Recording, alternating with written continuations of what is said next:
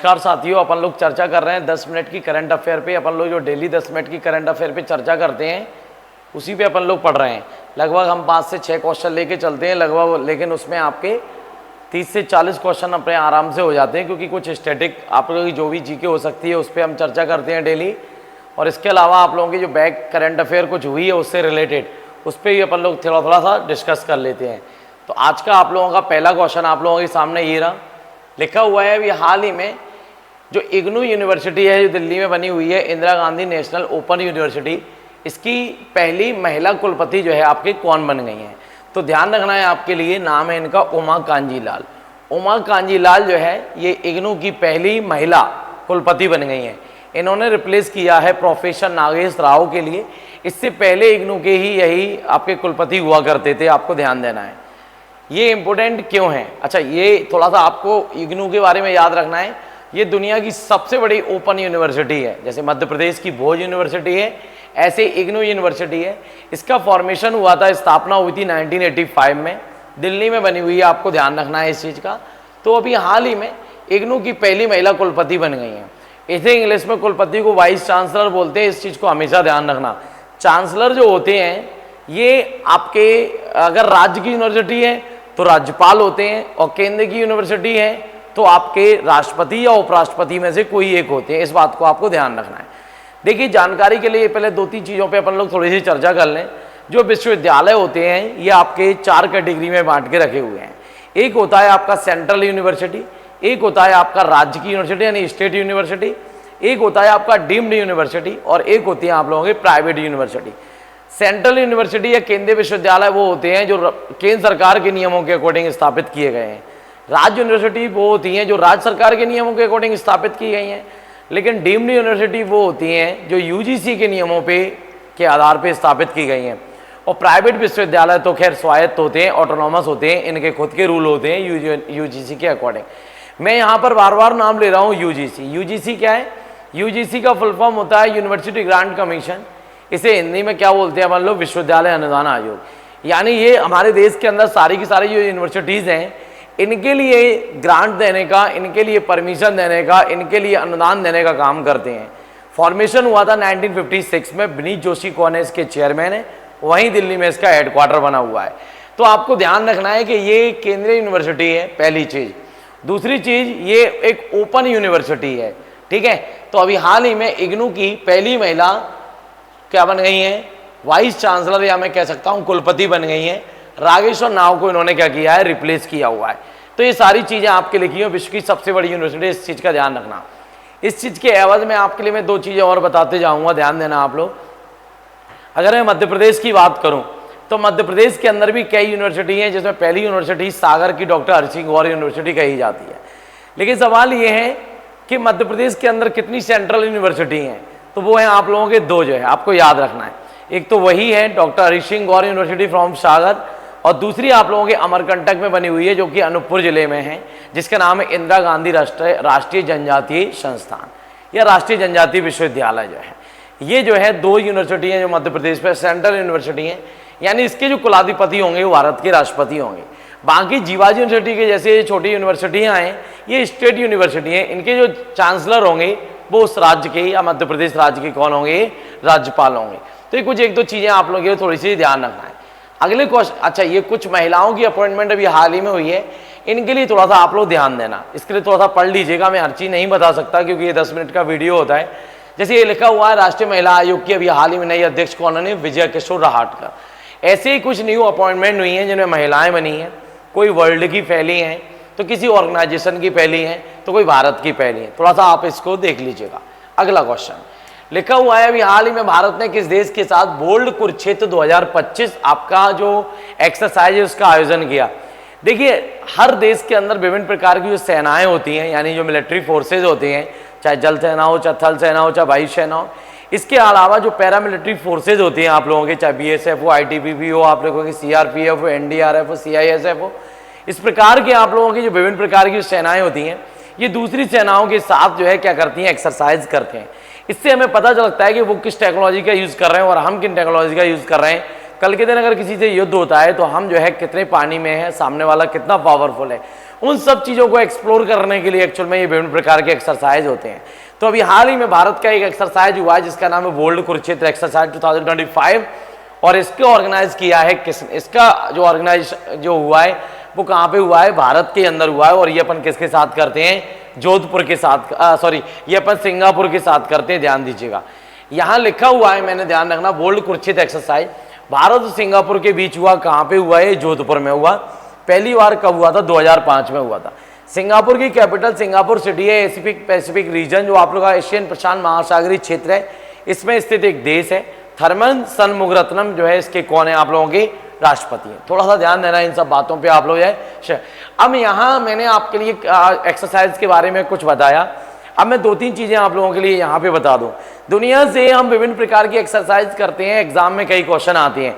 जैसे मैं बात करूं यहाँ से, भारत के ऊपर नेपाल लगा हुआ है, तो नेपाल से अपन एक्सरसाइज जो करते हैं वो कौन सा करते हैं, आप लोगों के किरण, कौन सा एक्सरसाइज करते हैं अपन लोग जो है, किरण एक्सरसाइज करते हैं। इसके नेपाल के ऊपर लगा, सूरज किरण है ना, इसके ऊपर लगा हुआ है कौन सा देश जो है, चाइना लगा हुआ है। तो चाइना के साथ अपन एक्सरसाइज करते हैं हैंड इन हैंड जो है। मैं ओरली बता रहा हूँ, लिख नहीं रहा हूँ क्योंकि समय कम है, आप लोग ध्यान दीजिएगा। चाइना के ऊपर रसिया लगा हुआ है, तो अपन इंद्र एक्सरसाइज करते हैं किसके साथ में जो है, आपको ध्यान देना है, रशिया के साथ में। ऐसे ही अपन अमेरिका के साथ जो है वज्र प्रहार करते हैं अपन लोग जो है।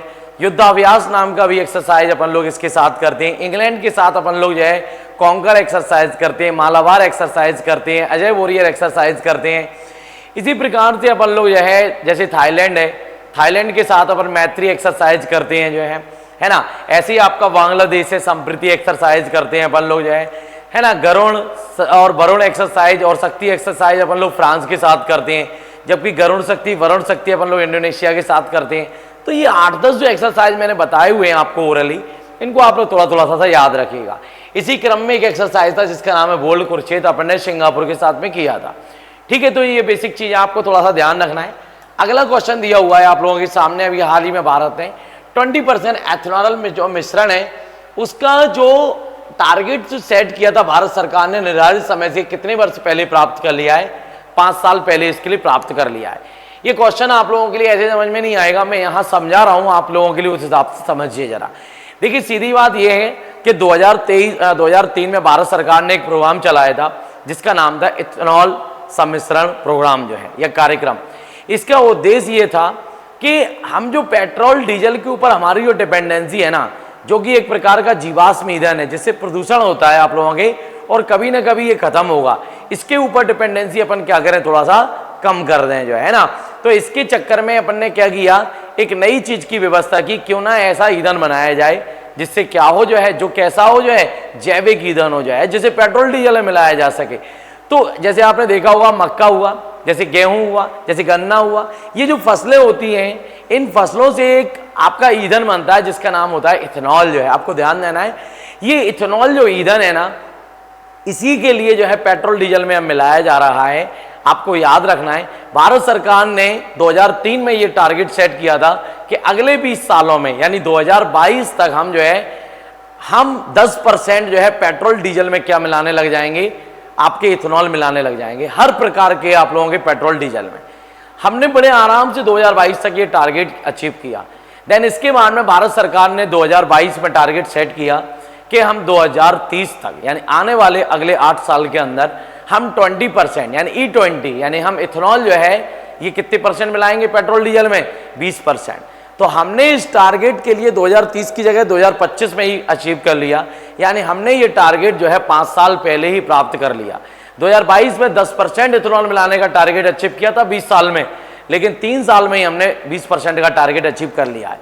और अभी हाल ही में भारत सरकार ने 2025 में एक नया टारगेट सेट कर दिया है कि 2030 तक हम जो है आपका 20% इथेनॉल मिलाने वाले थे, लेकिन हम 25 में ही मिला चुके हैं। तो अब 2030 तक का हमारा टारगेट होगा 30%, यानी आओ हम पेट्रोल डीजल में 30% क्या मिलाएंगे, इथेनॉल के लिए मिलाएंगे।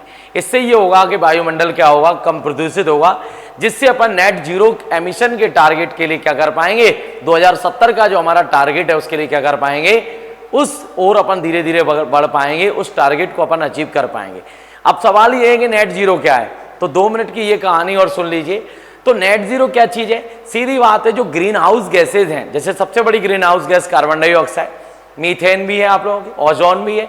इस प्रकार की जो हार्मफुल गैसेज हैं ये वायुमंडल के अंदर क्या करती हैं, आप लोगों के टेम्परेचर के लिए बढ़ाने का काम करती हैं।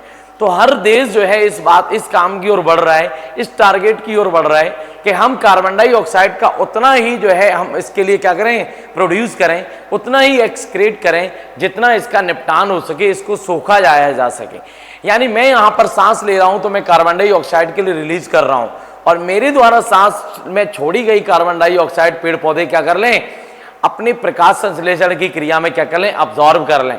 इससे कार्बन डाइऑक्साइड आपके एटमॉस्फेयर के अंदर नहीं बढ़ेगी और एटमॉस्फेयर का टेम्परेचर नहीं बढ़ेगा। यानी मैंने जो कार्बन डाइऑक्साइड छोड़ी है उस कार्बन डाइऑक्साइड का यूज कौन कर लें, प्लांट्स कर लें। तो इस प्रकार से एक साइकिल चलता रहे, हम वायुमंडल में बेफालतू में कार्बन डाइऑक्साइड के लिए रिलीज ना करें जिससे टेम्परेचर जो है बढ़े ना, जो कि ग्लोबल वार्मिंग के लिए बिल्कुल भी अच्छा नहीं है। इसी कहते हैं net zero. United nation organisation ने टारगेट सेट किया हुआ है कि हम 2050 तक जो है नेट जीरो के टारगेट के लिए अचीव करेंगे। भारत सरकार ने टारगेट सेट किया हुआ है कि हम 2070 तक नेट जीरो एमिशन के टारगेट के लिए अचीव करेंगे। तो इथेनॉल जो प्रोग्राम है ना आप लोगों का, ये नेट जीरो प्रोग्राम की दिशा में एक कदम है। इससे हमारी जो है आपका जो कच्चा तेल हम जो विदेशों से खरीदते हैं इस पर हमारी डिपेंडेंसी कम होगी। हम जो है जितना कच्चा तेल खरीदते हैं, अगर हम 30% अगर उसमें एथेनॉल मिलाएंगे अपने देश का, तो हमें 30% कम एथेनॉल खरीदना पड़ेगा। इससे हमारा जो विदेशी मुद्रा भंडार है ये हमारे देश के अंदर ही रहेगा। तो इस प्रकार से कुछ आपके बेसिक चीजें आपको ध्यान रखना है। इथेनॉल एक जैविक ईंधन है। जैविक ईंधन यानी ये गन्ने से, गेहूं से, इन सब चीजों से आप लोगों के प्राप्त होता है, ध्यान रखना। तो हमने जो है क्या किया है, अभी हाल ही में इथेनॉल का 20% का टारगेट 2030 की जगह 2025 में ही प्राप्त कर लिया है। यही आपका क्वेश्चन लिखा हुआ है, 5 साल पहले ही हमने इस टारगेट को अचीव कर लिया है। नेक्स्ट क्वेश्चन, हाल ही में भारत के दूसरे सबसे लंबे समय तक लगातार सेवा देने वाले प्रधानमंत्री नरेंद्र मोदी बन चुके हैं। आप जानते हैं हमारे देश के सबसे लंबे समय तक टारगेट जो सेवाएं दी हैं वो दी हैं जवाहरलाल नेहरू ने। ये हमारे देश के अंदर 6126 दिन तक, यानी 15 अगस्त 1947 को देश के पहले प्रधानमंत्री बने थे स्वतंत्र भारत के। उसके बाद से लेके अपनी मृत्यु तक यानी 1964 तक लगातार ये प्रधानमंत्री रहे हैं। ठीक है, तो ये सबसे लंबा कार्यकाल तो इन्हीं का है। लेकिन दूसरा सबसे लंबा कार्यकाल इनकी बेटी यानी कि इंदिरा गांधी का हुआ करता था, जो कि भारत की one and only women prime minister है।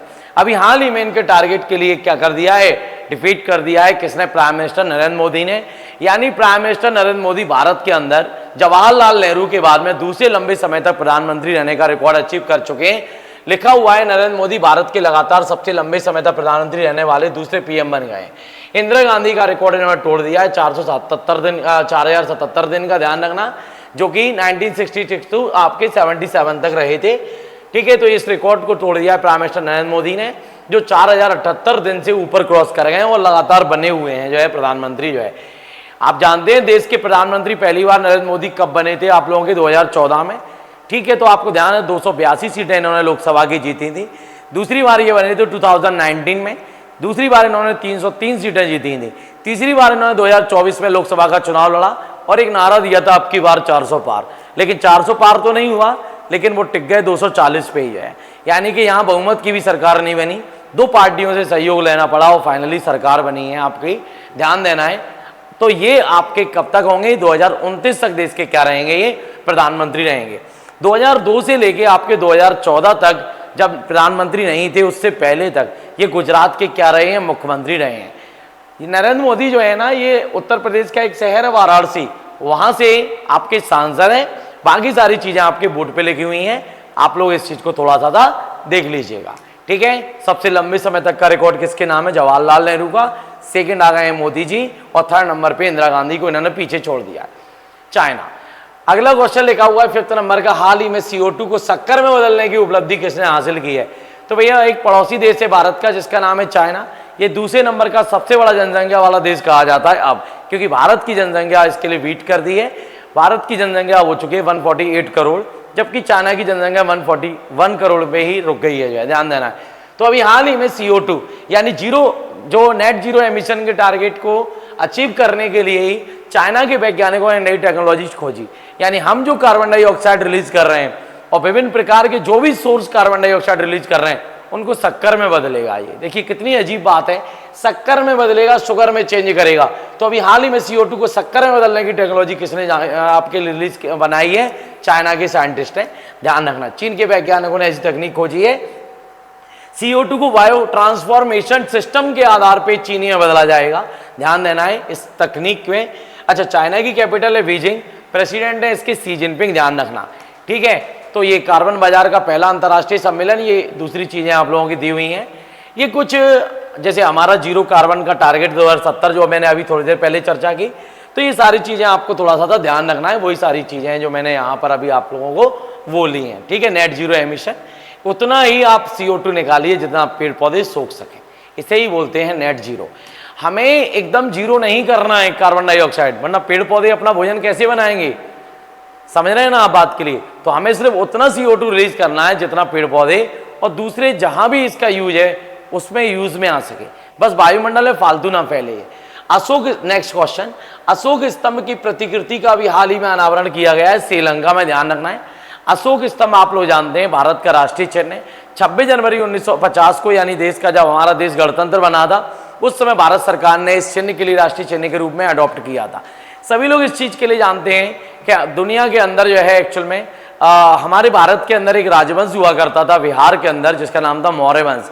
मौर्य वंश के एक शासक थे जिनके लिए नाम के आगे दा लगता है, द ग्रेट अशोका। अशोक महान जो है, जब ये क्षत्रिय से बौद्ध धर्म अपनाए थे, उस समय इन्होंने क्या किया था, जो है महात्मा बुद्ध के 8 स्तूपों को निकाला था और लगभग 84,000 स्तूपों का निर्माण करवाया था, जिनमें दुनिया का सबसे बड़ा स्तूप हमारे मध्य प्रदेश में ही बना हुआ है, सांची का स्तूप जो है। तो इसी क्रम में उत्तर प्रदेश के अंदर एक स्तूप है महात्मा बुद्ध का, सारनाथ जो है, जो वाराणसी में ही बना हुआ है। वहीं से एक्चुअल में भारत सरकार ने इस चिन्ह के लिए लिया था, अशोक के लिए। तो अभी हाल ही में इस अशोक की प्रतिकृति के लिए श्रीलंका सरकार ने क्या किया हुआ है, बौद्ध धर्म के एक अपन कह सकते हैं एक शाइन के रूप में, प्रतिकृति के रूप में, इसके लिए अभी हाल ही में उन्होंने क्या किया है, बना के तैयार किया है अपने यहाँ पे श्रीलंका। और वैसे भी आप जानते हैं श्रीलंका के अंदर बहुत से फॉलोअर्स मिलेंगे आपके लिए, किसके, बौद्ध धर्म के लिए। इवन देन यहाँ तक कि अशोक ने अपने जो बेटे थे और बेटी थी संघमित्रा, ठीक है, इन दोनों के लिए भी किसी को इंडोनेशिया, तो किसी के लिए श्रीलंका, तो किसी के लिए नेपाल प्रचार के लिए भेजा था। इतने ज्यादा अशोक जो है बौद्ध धर्म से प्रभावित थे।